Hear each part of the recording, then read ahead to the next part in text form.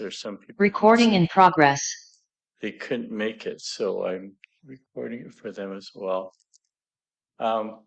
If you don't want to see yourself being recorded, just turn your camera off.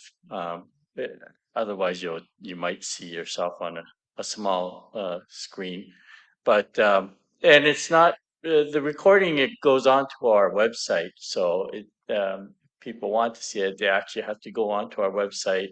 Then they have to log on the menu item that says Dharma Talks, and then they can see it. But otherwise, it's not really out there in the public per se, unless they actively go through our website. So again, thank you all, and those on Zoom, can you all hear me okay? Yes, good. Okay, good.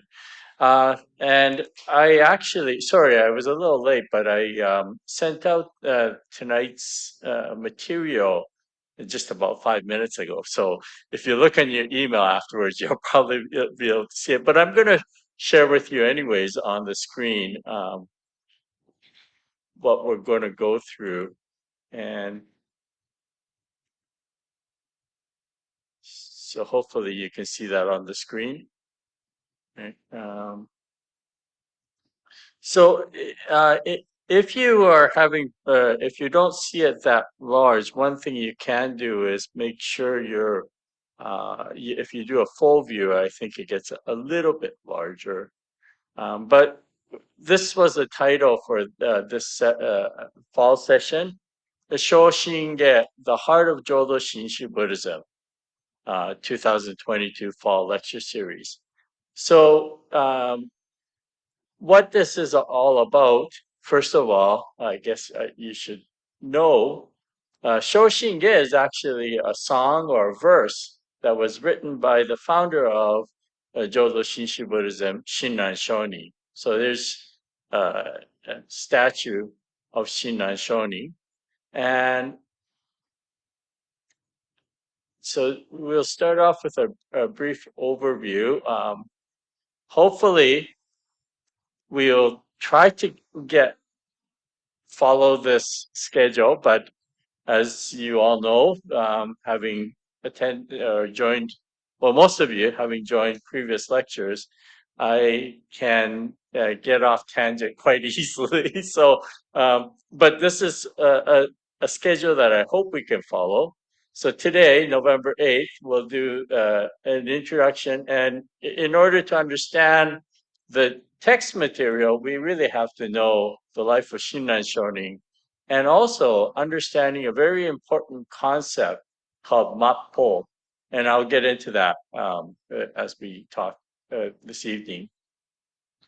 And then next week, I'll try to, if I get through everything this evening, then next week I'll introduce you to some of the writings of Shinran Shonin, emphasizing his what we call the canon of his work, Kyogyo Shinsho, or the true teaching, practice, and attainment of the Pure Land Path. And then following that, week 3, November 22nd, I'll try to do a talk on the relationship between practice and what we call Shinjin faith. This is of primary importance for Shinran Shonin and understanding Jodo Shinshu Buddhism. So once we go through that, then week 4, November 29th, I will hopefully we will be able to get around to the actual text material, introduction to the Shoshinge, the hymn written by Shinran Shonin, and it actually encapsulates all of what we call Jodo Shinshu Buddhist teachings. So this is a very important text. This verse is actually something that is so important that every morning, well, not I should say every morning, most mornings at the Honganji, unless they have a special service going on, in the morning service, they would chant this Shoshinge.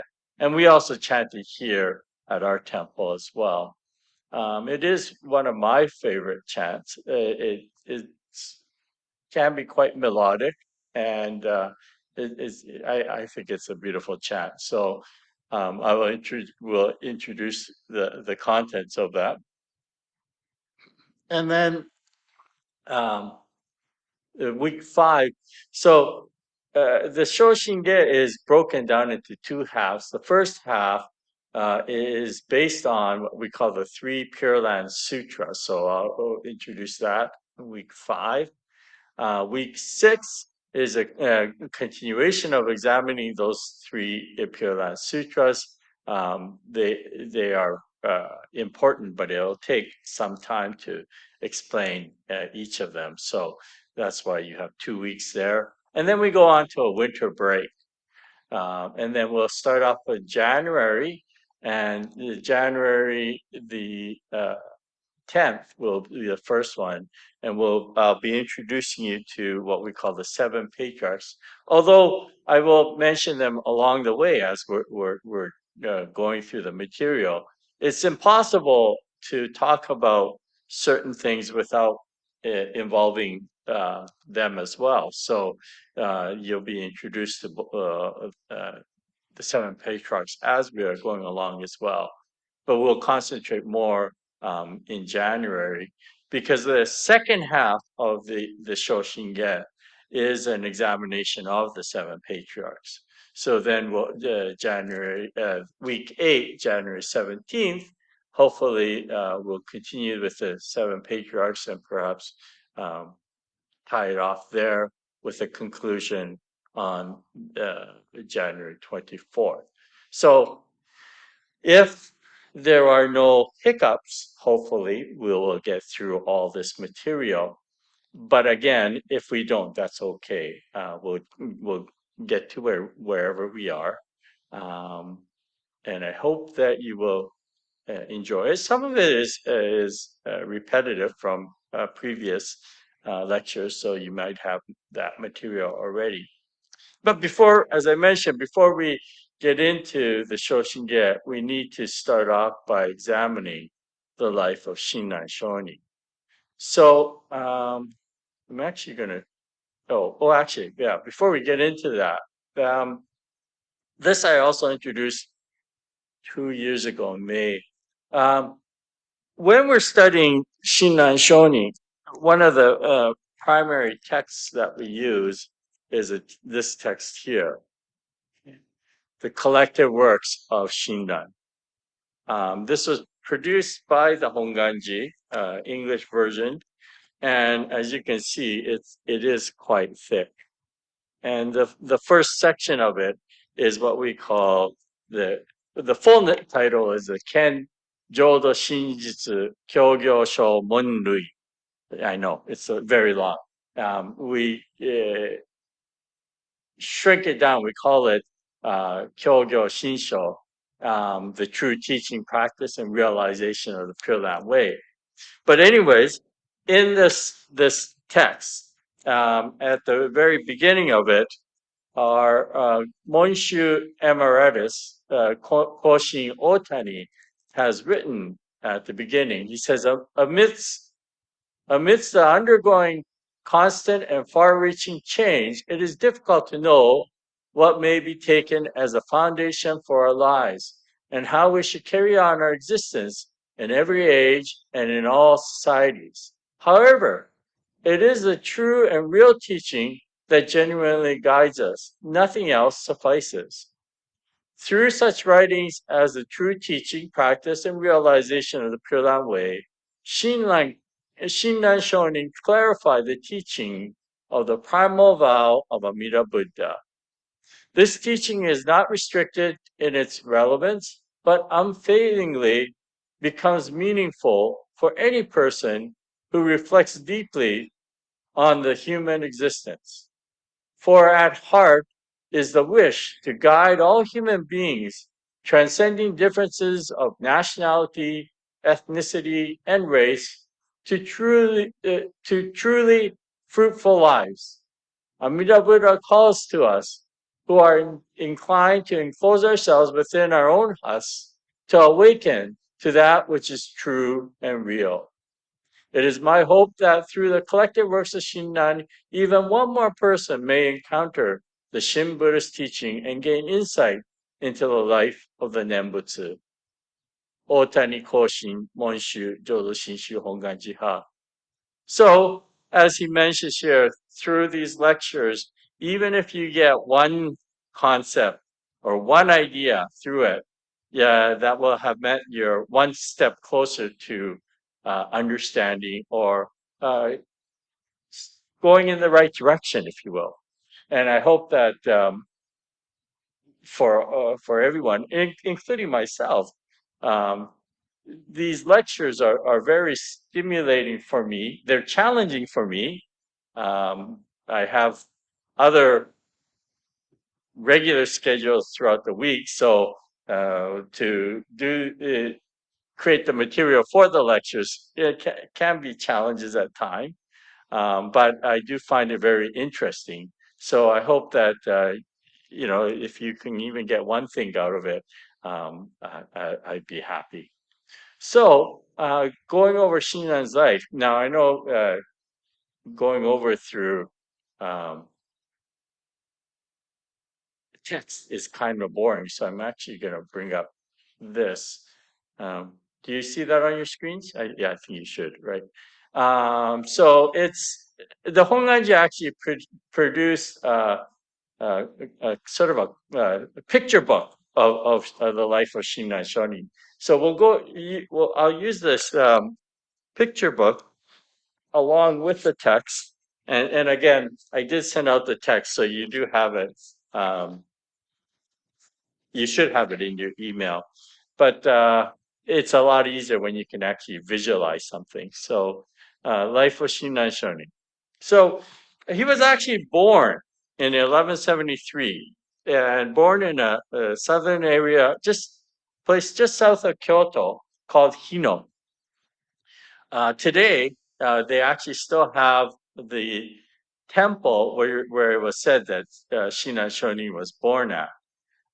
It's become a temple now. It wasn't a temple when Shinran was born, but it's amazing because I've gone there. Oh, I can't count the number of times I've gone there. Every second year, the Nishi Honganji, this is pre-pandemic, they would host international cultural tour for youth. And so when I was a student studying in Japan, part of my summer, I wouldn't call it summer job, but summer responsibilities as a foreign student studying at the Honganji is that we would have to help out when they would hold this exchange program. They actually used to have it every year, and then over the years they had to cut back, so it was every other year. But post-pandemic, they haven't had one yet. But every year that they would have it, one of the things they would do is they would do a sightseeing of important sites that are around Kyoto area that are associated with Shinran Shonin, who is the founder of Jodo Shinshu. And one of the places that we would always go to is this place called Hino, Tanjoi, the birth temple of where Shinran Shonin was born. And what's interesting about it is right now it's in quite a residential area of this Hino, this area called Hino. And to get to the parking lot, you have to go through these relatively narrow streets. And I'm always amazed at the expertise of the Japanese bus drivers because they go through these very narrow roads and maybe there's 3 to 4 inches on either side that they have to go through. And these are people's houses on either sides, right? And yet they traverse and they go to this place. And where this Hino Tanjoi is located, there's actually a monument of the young Shina. He was actually known as Hanne, No, I'm sorry. He was Ushiwaka, no, Matsu Wakamaru. It was his birth name. Matsu Wakamaru was his birth name. And in this temple, there is a stone monument or a stone, basically. And apparently, it says that his umbilical cord is underneath this stone. So it's a sort of a memorial. And also on the other side, there is a little well where they said he was bathed in when he was born. How much of this is true, I don't know. But anyways, he was born in 1173 in this place called Hino, and his parents were his father was Hino Arinori or Arinori Hino. So it was very common for people to take on the name of that district. So his father belonged to the Hino clan, or the Fujiwara clan, which the Hino family was part of. Fujiwara was an aristocratic family, and so that was his father, and his mother was is said to have been Lady Kiko of the Minamoto clan. So we don't know too much in detail about Shinnan's life. In fact, there have been critics for many, many centuries that even said that this Shinnan Shoni never existed. And the reason why they say that is that his name doesn't come in out in formal government historical records. And so they say because he's not listed in these government uh, historical records, therefore he may not have existed.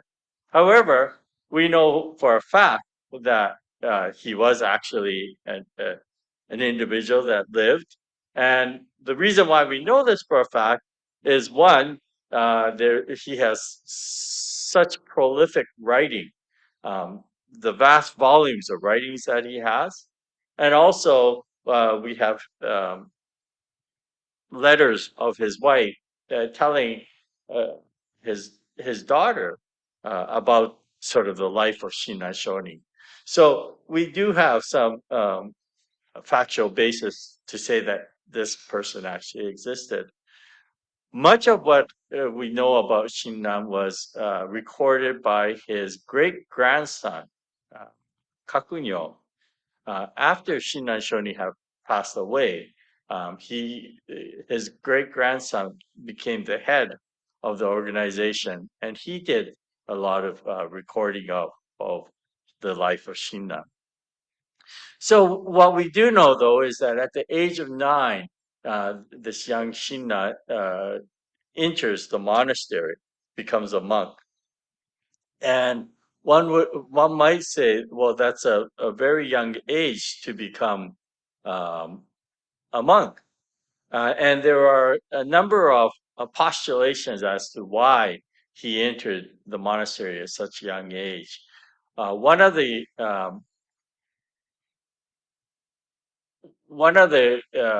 postulations was that, in fact, um, Shinran had lost both his parents at a very young age, and so without his parents, he ended up going into the monastery.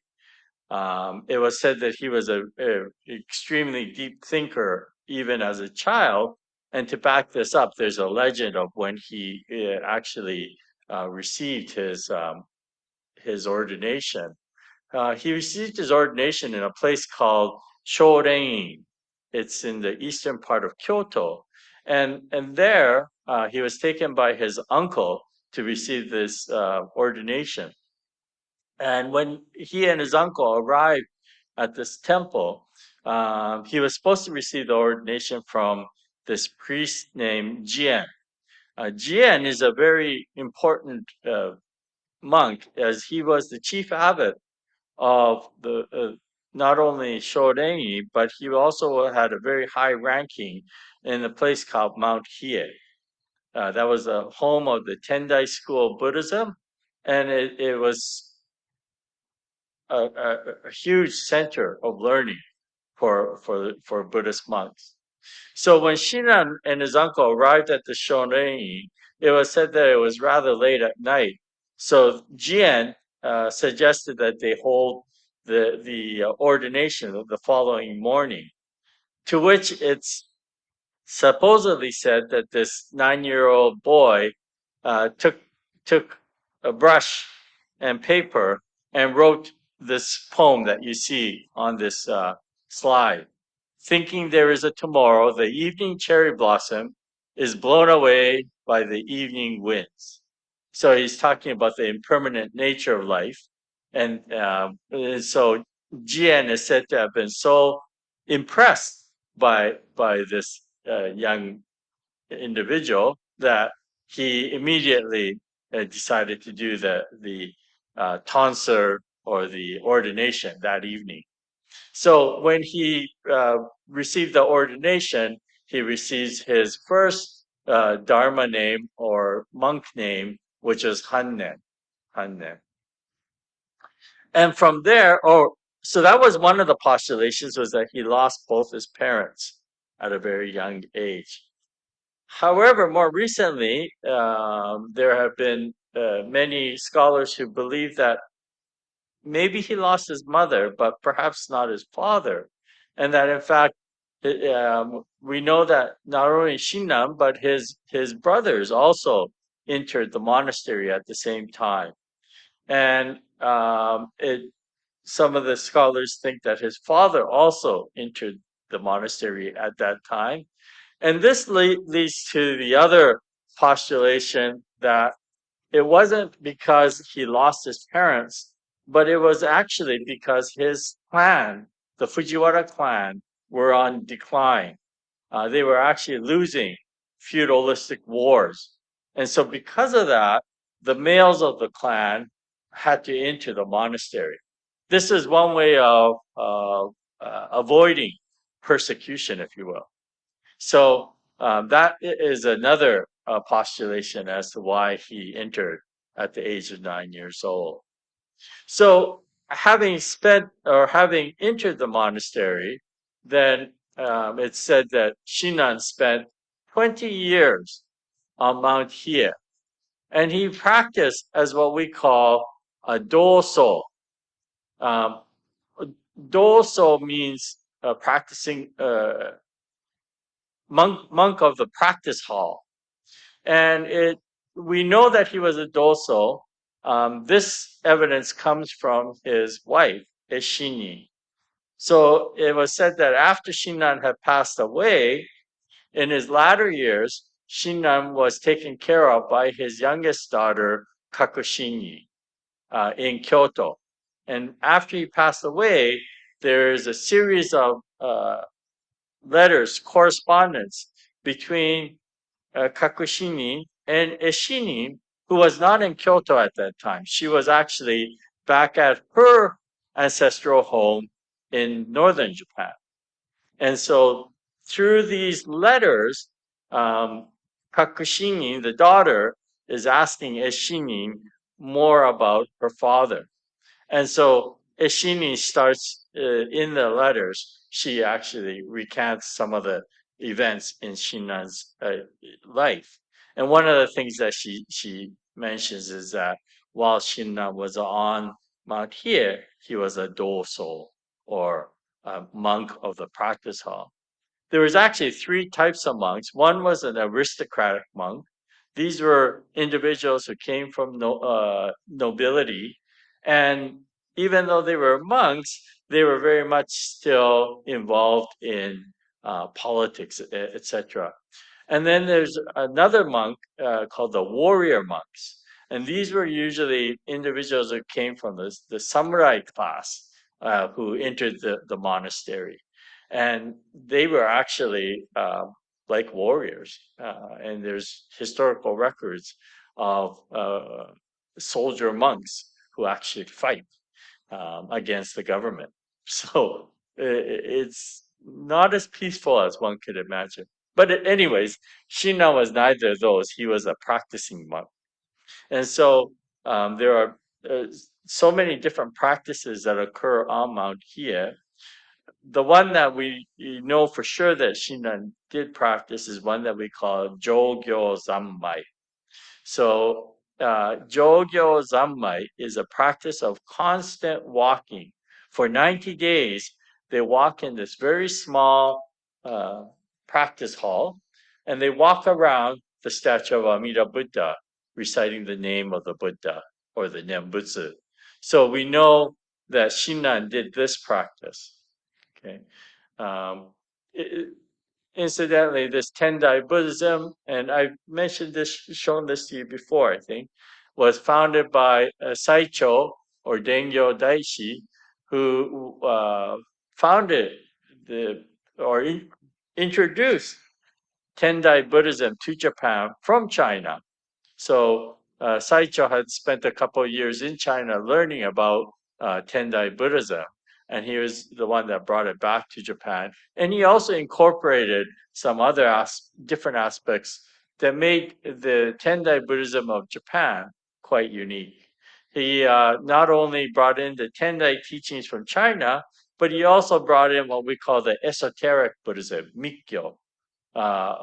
So he brought in both the Tendai as well as esoteric Buddhism. So within this Tendai school on Mount Hiei, you'll find aspects that are also partially esoteric Buddhism. And these are some of the practices. I won't go through all that today, but we do know, as I mentioned, that Shinran did this practice called Jogyo Zammai.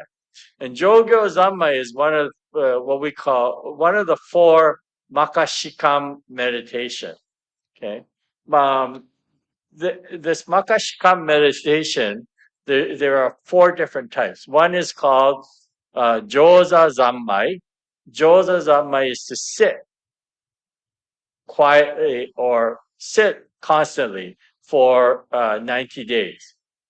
Okay, so you're sitting constantly. The one that we think Shinran did is what we call the Jogyo Zammai. And Jogyo means constantly walking. And it's a practice involving walking around the statue of Amida Buddha for 90 days, reciting his name. Right? And then you have what we call Hangyo Hanza Zammai, half sitting and half walking meditation. And then the last one is the Higyo Hiza Zammai. So you're neither sitting nor walking meditation. Mindfulness in daily activities. So these are four of what we call the Makashikam meditation, the inner reflective meditation. And so we know that Shinran was already introduced to Amida Buddha while he was in Mount Hiei. However, it wasn't the main focus. It was one practice of many that he would do. So his focus on Amida Buddha actually comes about at the end of his stay on Mount Hiei. So when Shinran was 29, so after he spent 20 years up on this Mount Hiei practicing Tendai Buddhism, the more he practiced, the more he realized that he could not attain enlightenment on his own. And along with this, there was a disillusionment to the corruption that was occurring also at that time. As I mentioned, there were monks who came from the aristocratic families who, although they were monks only to avoid persecution. And so they were still very much leading almost a secular lifestyle, even though they are monks. And Shinran found this very disheartening. And then again, those of the what we call the warrior monks, also he found that very disheartening. So Shinran actually, at the age of 29, he spends 100 days going to a pilgrimage to a place called Rokkakudo in Kyoto. It's right in the heart of Kyoto. And he goes there for 100 days to try to figure out what he's going to do with his life. He's very uncertain about his future. And it's said on the 95th day of that pilgrimage or vigil, he has a vision. And it's recorded that he receives a scroll from the image of Prince Shotoku. Prince Shotoku was the individual who introduced, or is largely given credit for introducing Buddhism into Japan around the 6th century. And so and this Rokkakudo temple was said to have been erected by Prince Shotoku in that early stage of Japanese Buddhism.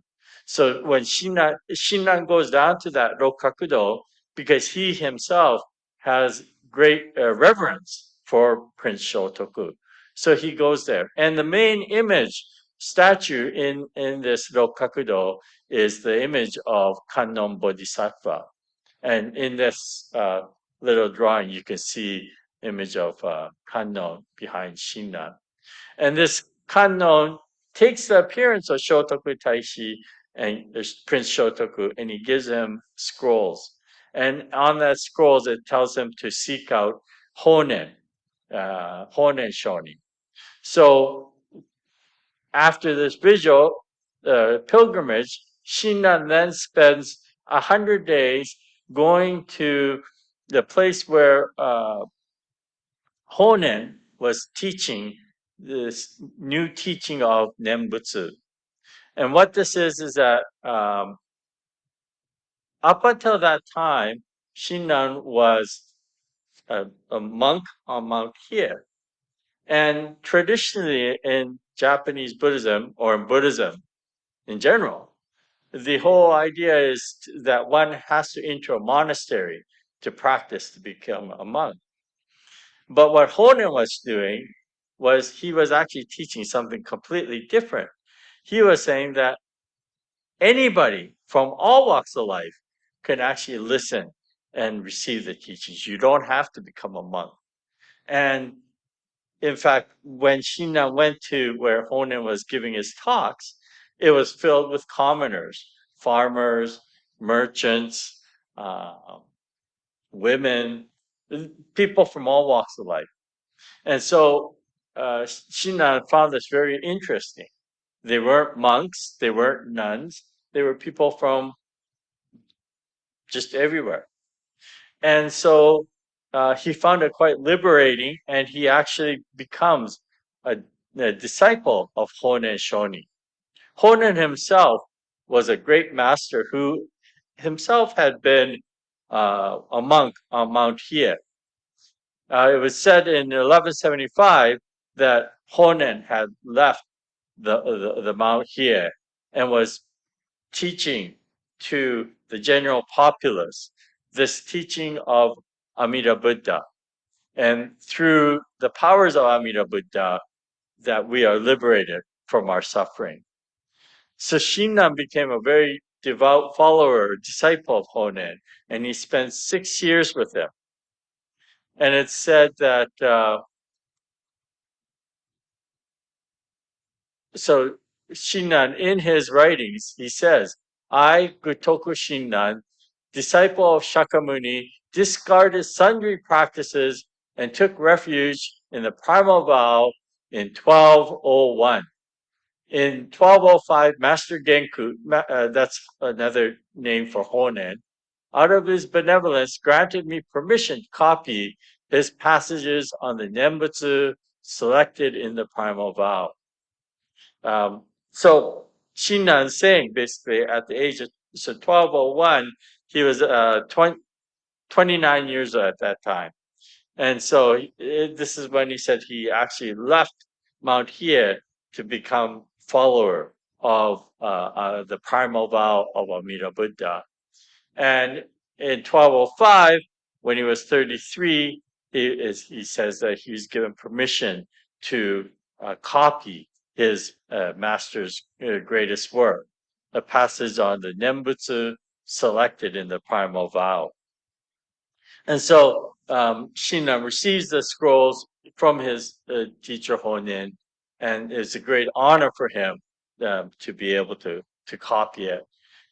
What's interesting to note is that Honen's writings, until he passed away, were kept very tight security on who would actually get a copy of it. It was it, it wasn't a favorable atmosphere, if you will. When Honen started teaching to the common people, the traditional schools of Buddhism, they all looked at him as an upstart, and they were not too pleased with the fact that he was teaching to commoners. The main reason was that the way the traditional Buddhism worked was, as I mentioned, one had to go into the monastery to become a monk. And so the association with the lay people would give tithing to the temples. They would give offerings to the temples. And through their merit of giving these offerings, they would hope that in a future life, that they would come back in a life where they can actually become a monk or a nun. So either one becomes a monk or a nun in this life, or if they're a lay person, they make offerings to the temple, wishing that in the future they can become a monk. So if you start talking to the commoner, then they begin to feel like we don't need to give the tithing to the traditional temples. And so because of this, it created a great uproar amongst the established schools of Buddhism. And so Honen was very careful with who received his writings, very selective of who received his writings. Even though he was teaching to everyone, his actual writings, he was very selective of who he gave it out to. So, when Shina was 35 years old, in 1207, there was an incident. So up until that time, the established schools were getting quite upset with this new upstart school of Buddhism that Honen was trying to teach. And for a number of years, the established schools would go to the high courts, the royal courts, and they would plead to the emperor to ban this heretical teaching. And for a while, the emperor didn't act upon this. However, when Shina was 35 in 1207, there was something that made the emperor very upset. And that was the fact that there were two or several court ladies who left the imperial palace, and they actually became followers of Honen. And the reason why, and according to historical accounts, the reason why these ladies left the imperial palace was they heard the beautiful chanting of two of Honen's disciples. Their names were Anraku and Juren. And apparently their voices were so beautiful that these women sort of became like groupies almost. And they left the imperial palace. Well, this actually got the attention of the emperor. And he got so upset that they actually had a public beheading of these two disciples of Honen. If you go to Kyoto, there's a bridge, Sanjo Bridge, in just off the main part of Kyoto city center. There is a bridge, and to this day, there's a plaque there that says this is where the beheading took place of these two individuals. So two of Honen's disciples had public execution, and the Nembutsu teaching was in fact banned.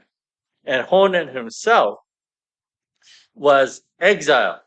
He wasn't beheaded, but he was sent to the southern island of Shikoku. And some of his other close disciples, they weren't beheaded, but they were also exiled. And Shinran was also one of those.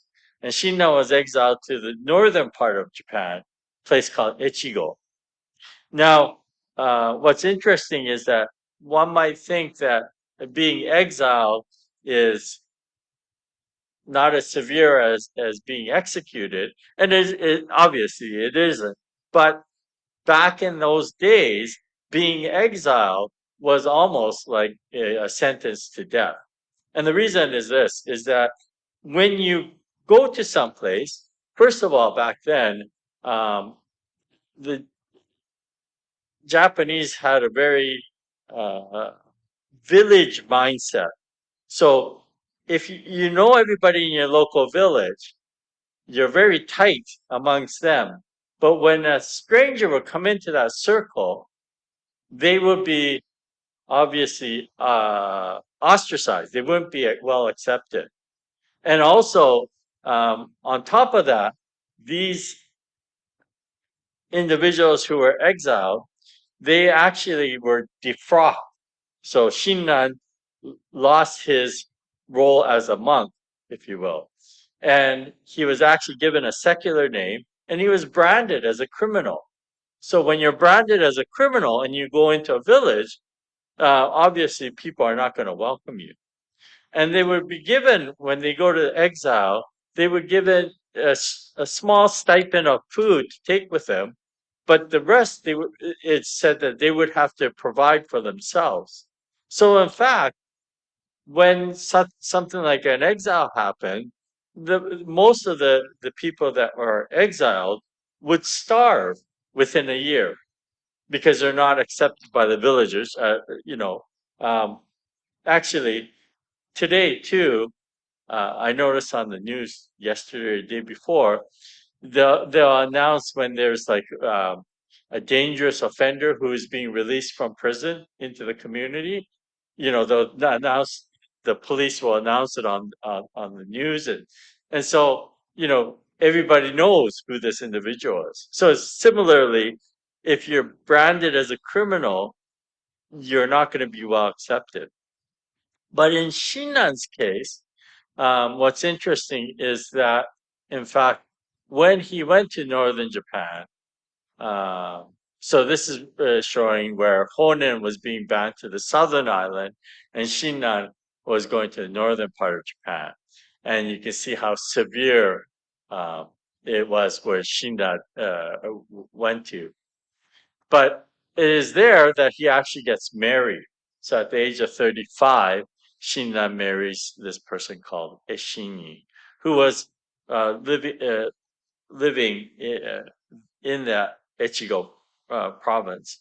And we know that Eshinyi was already a Nembutsu follower, or a follower of the teachings of Honen Shonin before. And this is why she would accept Shinran, even though he was defrocked and was considered a criminal by the government. Um, but this banishment of the Nembutsu teaching doesn't last for that long. There's a lot of pressure that is placed on the government, and in fact, only after several years the banishment is lifted. So when Shinan is um, 39 years old, so 4 years after the exile, the banishment is lifted. Honen Shonin returns immediately to Kyoto, and he actually passes away relatively soon after he returns. So, having heard of the demise of his master, Shinran has no interest of going back to Kyoto, but he instead goes to the eastern part of Japan, to a place called Hitachi, where is the present day Ibaraki, just north northeast of Tokyo, Kanto area. And there he sets up a small, what we call a dojo, a listening hall, and he starts teaching there in eastern Japan. And it's there that he begins to do some of his writing. And it's said that the very initial drafts of his greatest work, this true teaching, practice, and attainment of the Pure Land Way, was written while he was out in that way. It is said that in when Shinan is 63, so at the age 1235 is the year, Shinan actually returns back to Kyoto. But one of the things that is said that Shinan wrote his writings for was when Honen Shonin passed away in 1212. After he passed away, and I'm not sure why or how this happened, but Honen Shonin's work was actually publicized and it was spread out to the general public. So when this writing gets out to the general public, some of the monks of the established schools get hold of it. And there's a person by the name of Myoe who belongs to what we call the Kegon school of Buddhism, who thoroughly criticizes Honen Shonin's writing. And his major criticism is that in Honen Shonin's writings, Honen says that, in fact, we cannot attain enlightenment through our own power, that it is through the working of Amida Buddha that we are able to find relief. And Myoe is very strongly critical of this because one of the what we call the pillars of Buddhism states that Buddhism, it has three things involved. The first is what we call the teachings. So you need the teachings, and you have to have a practice, and then through that practice, one attains enlightenment. But when you receive the teachings, one of the things is to have the aspiration to attain enlightenment. We call this bodhicitta, or the initial inspiration to want to have enlightenment. And what Myoe was saying was that Honen Shonin says that you don't have to have this aspiration to enlightenment, that he's leaving it up to Amida Buddha. And so Myoe is very, very critical of this, saying that without that aspiration for enlightenment, without wanting to become enlightened yourself through your practices, then you can never attain enlightenment. So you, in order to understand this concept, actually, are you following along okay? Am I losing everybody? I've gone talked and talked and talked. Um, are you able to follow along so far? Yes, no, sort of. Okay. So right now we're just looking at the life of life of Shinan Shonin, and the reason why this is important is that in order to understand what his inspiration for writing things were, we need to know this. Also, um, this whole idea of this bodhicitta, or the uh, aspiration to attain enlightenment, as I said, comes from the idea of the three pillars of teaching, practice, and attainment. But in fact, there was another event that was very instrumental in understanding Shinnan's. Oops, sorry. Hang on, sorry about that. So, in understanding Shinnan's understanding of teachings, we have to actually talk a little bit about, and I'm going to, we'll get back to Shinran's life in just a bit, but this whole idea of Mappo, what's called Mappo. And this Mappo in English means last Dharma age. Okay. And there is a whole ideology, and it became very popular in Chinese Buddhism, that there is a decline in the Dharma once the Buddha passes away. It is said that there are several theories on this. One is called the theory of 3 ages. And as I mentioned, the 3 pillars of attaining enlightenment are that there's a teaching, you follow those teachings with aspiration, and you practice, and then you attain enlightenment. And it was said that the historical Buddha had mentioned that after his demise, that there will be a decline of the Dharma.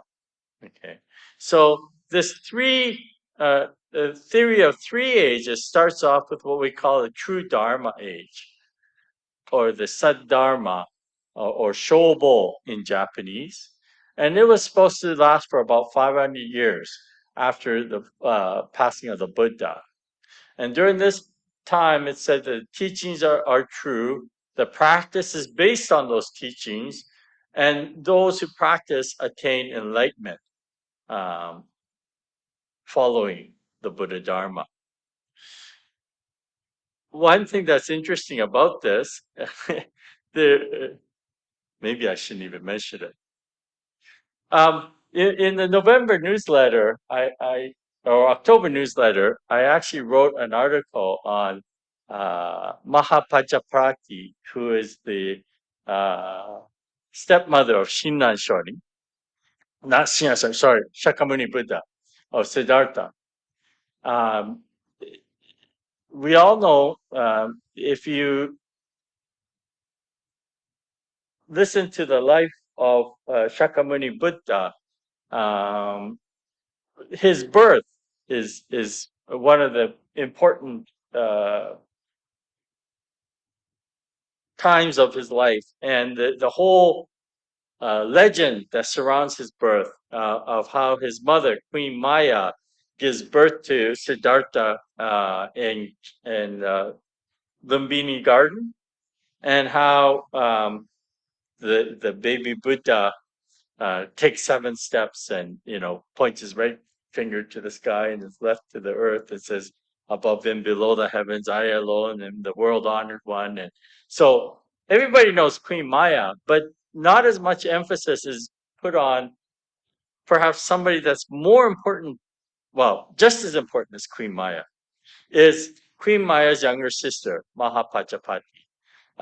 In fact, what is not really emphasized in the story of the Buddha is that the fact that, in fact, Queen Maya passes away only 7 days after she gives birth to the historical Buddha. It doesn't give any explanations, but most likely complications with childbirth. So after she passed away, it's actually Mahapajapati who becomes his stepmother. And she also was one of the wives of King Siddhartha, Siddhartha's father. And so it just was natural for her to take over as being the mother, if you will. She was the natural aunt of Siddhartha as well. So anyways, she actually becomes the first nun in the Buddhist order. After many years, after Siddhartha had attained enlightenment and became the Buddha, his father becomes old and is about to pass away. So Siddhartha, or the Buddha, and his entourage they were in a place called Vaishali. They were in a place called Vaishali, and they heard of the illness of King Suddhodana. So the Buddha with his entourage go to visit the king, and he's there when the king passes away. And following his death, Mahapajapati, who is very distraught over the loss of her husband, decides that she wants to enter the Sangha. But until that time, the Buddha had not allowed any women to enter the Sangha. It was all men in the Sangha. So initially, he refuses her. 3 times he refuses her. And after the third time, it's said that the Buddha and his entourage leave from Kapilavastu, the kingdom where King Suddhodana passed away, and he returns back to this place called Vaishali in his entourage. Now, it said that Mahapajapati, along with a whole number of women from the Shaka clan, donned the robes of mendicants, the orange and yellow saffron robes of mendicants, and they shaved their head and walked bare feet to this Vaishali where the Buddha was now had returned to. And there again, initially they are refused, but it's the Buddha's cousin, who's one of the closest disciples, who is moved by the dedication, the sincereness of these women. So he appeals to the Buddha, and finally the Buddha accepts them. And one of the reasons why he had refused to begin with was he was afraid of what it might do to the resolve of the male sangha. And when they are actually allowed to enter, or the Buddha actually creates a whole sangha, a community just for females. So where the males are known as bhikkhu or monks, then the females were bhikkhuni, which are the nuns. And so he keeps them separated. But when they first enter the sangha, the Buddha actually says that because the fact that these women have now entered the sangha, the purity of the sangha, before he said the sangha will remain pure for 1,000 years, but now it will go only be pure for 500 years. So if you put it into modern day context, one might say the Buddha had gender discrimination by mentioning that. But I think back then it was not necessarily considered that. But so this, sorry, I went off onto a long tangent, but this is the basis for this 500 years of what we call the true Dharma age or the right Dharma age.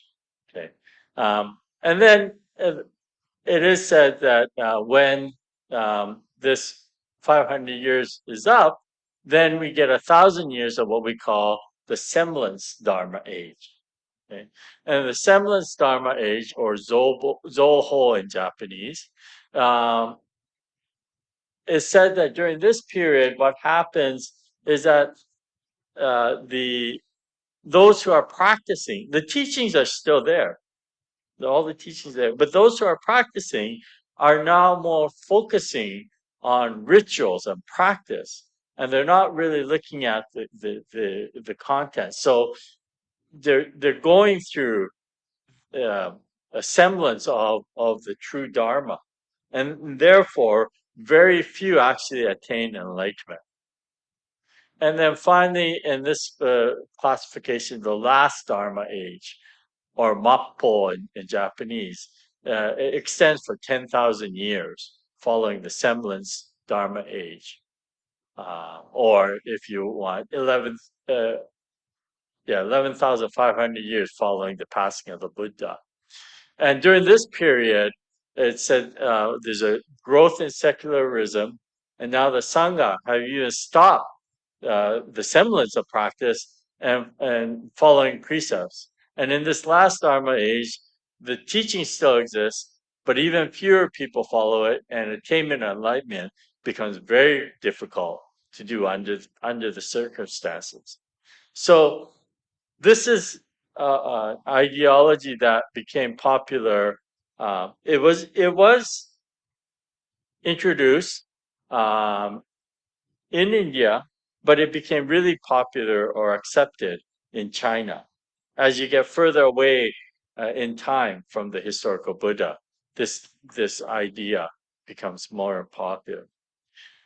There's another way of classifying it, which is often seen as well, and that's that they break it down not in the way that it was broken down before, but into 5 periods of 500 years each. And the first of them was what we call a period of strong enlightenment. And so this is the 500 years after the Buddha passed away, and it's basically the true Dharma age. Um, Attainment is attainable, or enlightenment is attainable by those who practice. And then the next 500 years is this period of strong meditation, and this corresponds to the first 500 years of the semblance Dharma age of the above categorization, and where meditation becomes the main focus. Um, as I mentioned before, in the semblance Dharma age, the focus is on rituals and practice. So here, this 500-year period, meditation is a deep focus. And then the next 500 years, which corresponds to the latter part of the semblance Dharma age, it says that there are people that are still listening and following the teachings. And then once you get into the next 500 years, which corresponds to the first 500 years of the last Dharma age of the previous way of categorizing, instead of concentrating on teachings and practice, instead, temples are being built and pagodas are being built as a way to receive merit. So by building these things, you can receive merit. Now you've completely gone away from the practice to attain enlightenment. And then finally, after that period, there's a period of conflict, Toso. And according to this categorization, during this period, they look at it as the equivalent as the end of the last Dharma age, and there's nothing but conflict that occurs. So even amongst the Sangha, they start debates and various views develop. So it's very diluted and difficult to follow. Now, another way of categorizing uh,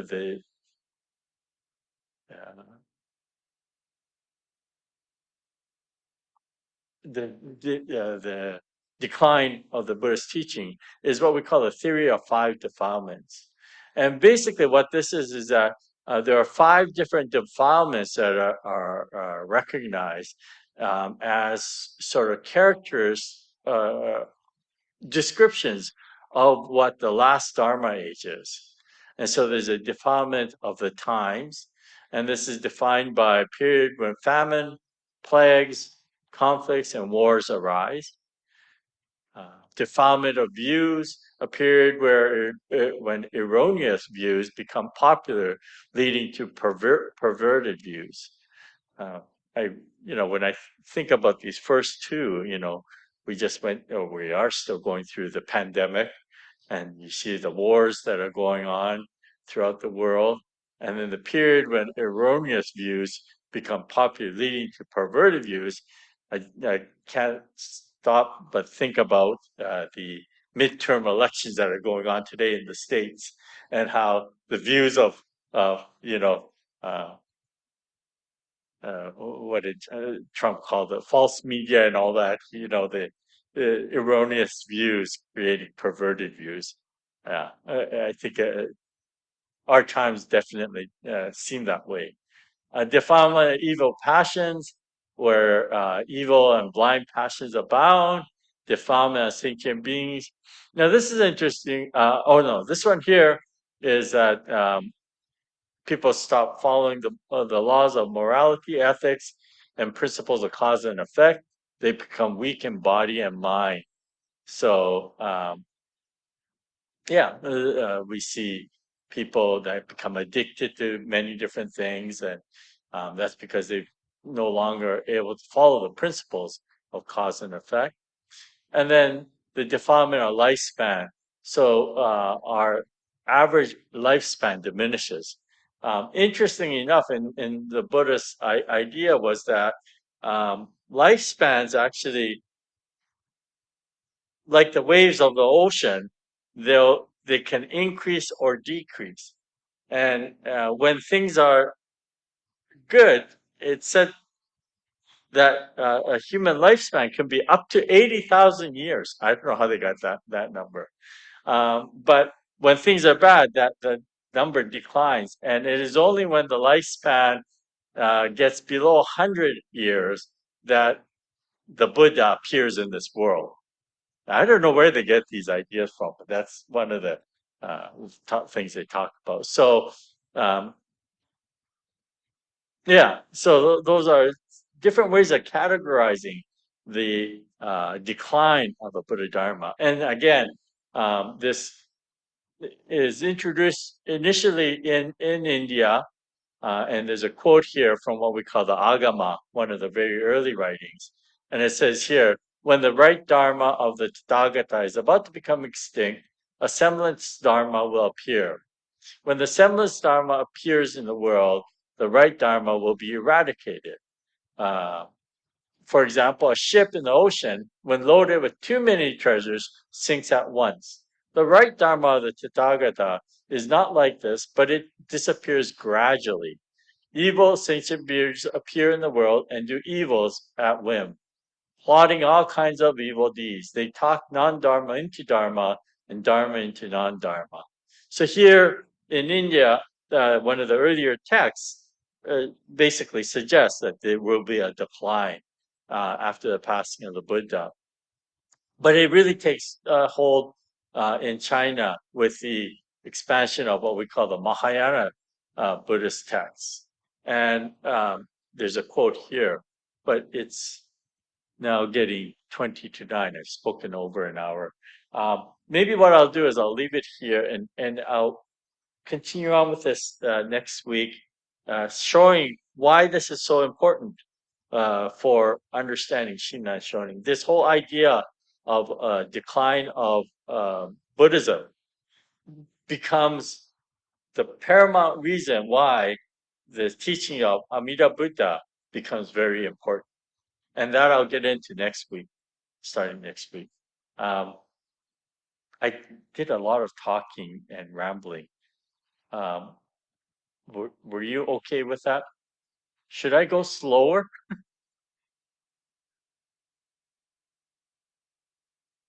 Here, I'm going to stop sharing it. Maybe I could get some comments from people on. I find it really, I find it hard. You found it hard to follow. I find it hard when they all go from all the ideas go from one to the other. And maybe if we stop and had a little discussion or something in between, it just it's a lot. It's a lot. It's a lot. It's a lot to take in. Yeah, it is.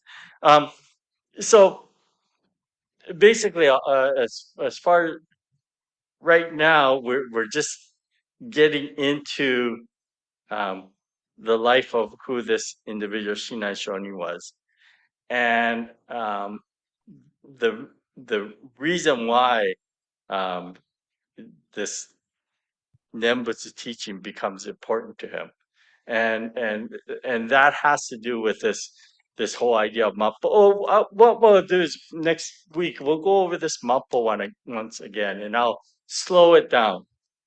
There's just so much material that I just want to get it out there, but I'll slow it, and you can read the material too for next week, and we'll go over it one more time. This concept of the declining Dharma ages, because it actually this whole concept of the decline of the Dharma really affects Buddhism, I think the understanding of Buddhism as we move closer to our modern era, and this whole idea of Amida Buddha, how it plays importance,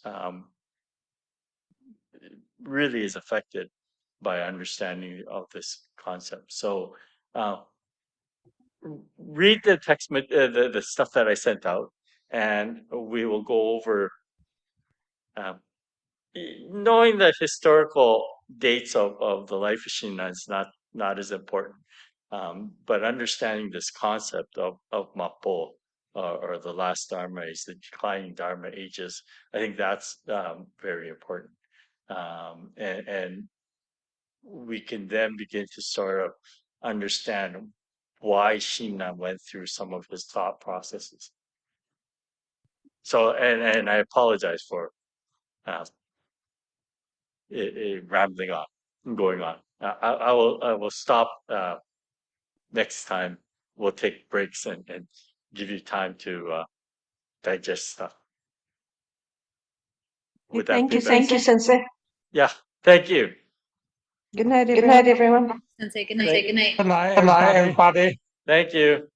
Very much. Sensei. Night, Good night, everyone. everyone. Good night. Thank Thank you.